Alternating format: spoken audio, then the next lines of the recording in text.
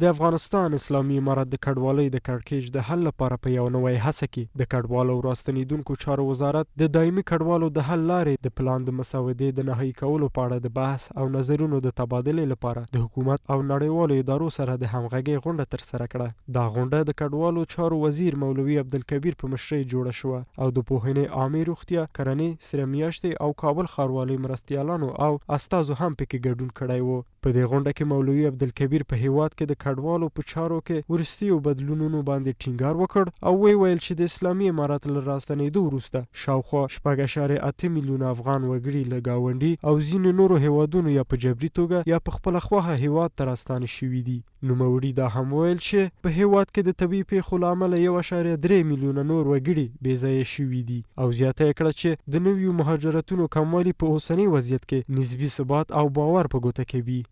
با تأسف در سالها و ماه‌های اخیر هزاران و حتی میلیون‌ها مهاجر افغانستانی از کشورهای مختلف و بخصوص ایران و پاکستان به صورت اجباری به افغانستان برگشت داده شده و در چنین شرایط انتظار میره که مسئولان در افغانستان نه تنها در حد حرف بلکه در عمل گام‌های مؤثر را در حمایت و حفاظت از حقوق این افراد از جمله تأمین مواد اولیه غذایی، بحث مسکن و دیگر نیازهای آنان بردارند. برای متوقف شدن اخراج‌ها حکومت باید به جای واکنش‌های احساسی ثبات اقتصادی و رفاهی را در داخل افغانستان تقویت نماید. این نشست زمانی موفق خواهد بود که خروج آنها از کاغذ فراتر رفته و منجر به ایجاد فرصت‌های کاری واقعی شود، زیرا مهاجری که نان و امنیت داشته باشد هرگز تن به حقارت مهاجرت غیرقانونی نمی‌دهد.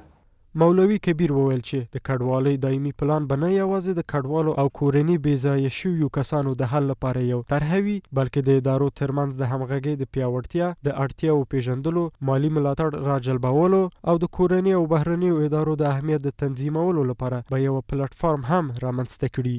چې په دې برخه کې د افغانستان عام خلکو هم ښه ونډه اخیستې ده، کومکي نهادونو هم ونډه اخیستې ده. په دې توانېدلي دي چې هغه مهاجر چې د ایران څخه په یو ځلي راوباسل شول د افغانستان ټولو خلکو، ټولو وګړو د دولت سره په څنګ مرسته وکړه، دوی ته د انتقال زمینه مساعده کړه. بازگشت مهاجرین سبب افزایش نیروی کار جوان در کشور می‌گردد. بسیاری از مهاجرین با کسب مهارت‌های فنی و تخصصی می‌توانند نقش موثر در سکتورهای ساختمانی، ترانسپورتی، خدماتی و کشاورزی افغانستان ارائه کنند. د کډوالو راستنیدونکو چارو وزارت د هڅو سره چې په هیواد کې د دایمي کډوالو د حل لارې پلان نهایی کړي. د کډوالو د راستنیدو پروسه لا هم دوام لري. یوازې په تیره یوه ورځ کې نږدې 4,000 افغان کډوال له ایران او پاکستانه په جبري توګه ایستل شوي دي.